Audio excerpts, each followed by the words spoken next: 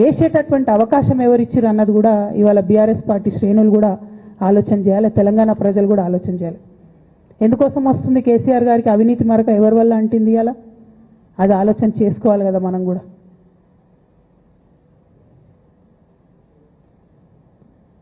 కొంతమంది కేసీఆర్ గారి పక్కన ఉన్నటువంటి వాళ్ళు కేసీఆర్ గారి పేరు చెప్పుకొని అనేక రకాలుగా లబ్ధి పొంది వారు చేసినటువంటి అనేక చెత్త పనుల వల్ల ఇవాళ కేసీఆర్ గారి పేరు బద్నామయ్యే పరిస్థితి వచ్చింది.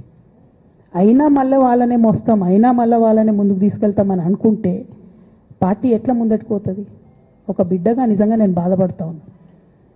ఇవాళ 5 సంవత్సరాలు ఇరిగేషన్ మంత్రిగా చేసినటువంటి హరీష్ రావు గారిది మేజర్ పాత్ర లేదా దీంట్లో?